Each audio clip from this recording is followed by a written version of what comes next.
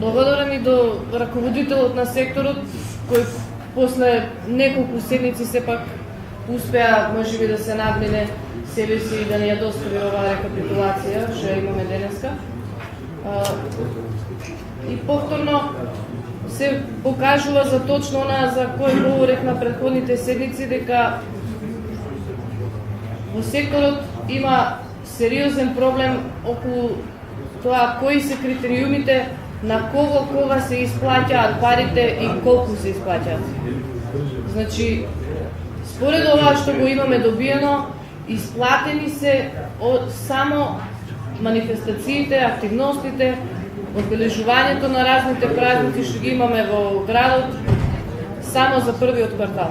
Од вториот квартал па наваму, во секој квартал имаме, гледаме дека секторот има нереализирани финансиски обврски кон овие субјекти. И повторно ќе прашам, по кој знае кој пат веќе, на кој основ, значи кои критериуми се користат кога се решава што ќе биде исплатено, а што не. Затоа што ако одиме според тоа дали имало пари во општинската каса или не, тогаш ќе одиме хронолошки. Значи од одреден месец па наваму се нема средства и од тогаш наваму не се плаќа. Меѓутоа имате скокови невидени, значи се исплаќа нешто што било во, не знам, февруари, па се прескокнува март, па не се плаќа во април и така натаму. Значи не знам по кој критериум нешто се плаќа, нешто не, и уште една работа. Овде ги имате наведено сите финансиски обврски што ги има секторот за 2012 година.